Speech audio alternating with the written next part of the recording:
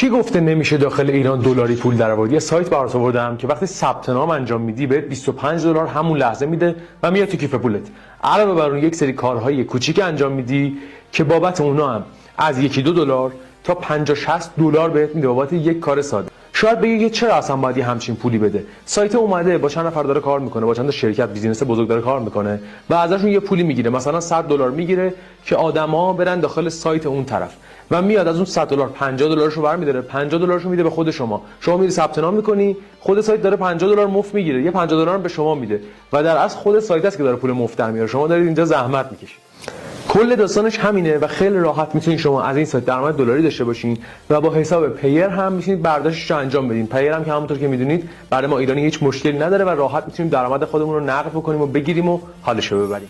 این ویدیو مونده تا 300,000 تومان قرعه کشی داره از بین کامنت ها. هر یک کامنتی که میذارید یک شانس برای شما حساب میشه و هر کی گفته نمیشه داخل ایران دلاری پول درآورد؟ یه سایت برات آوردم که وقتی ثبت نام انجام میدی بهت 25 دلار همون لحظه میده و میاد تو کیف پولت.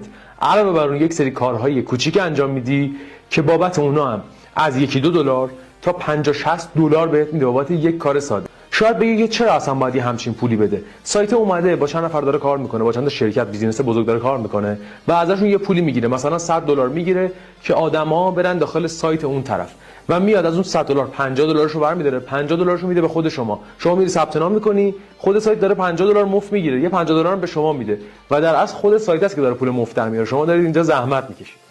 کل داستانش همینه و خیلی راحت میتونید شما از این سایت درآمد دلاری داشته باشین و با حساب پیر هم میتونید برداشتش رو انجام بدین. پیر هم که همونطور که میدونید برای ما ایرانی هیچ مشکلی نداره و راحت میتونیم درآمد خودمون رو نقد بکنیم و بگیریم و حالش رو ببریم. این ویدیو مونده تا 300,000 تومان قرعه کشی داره از بین کامنت ها. هر یک کامنتی که میذارید یک شانس برای شما حساب میشه و هر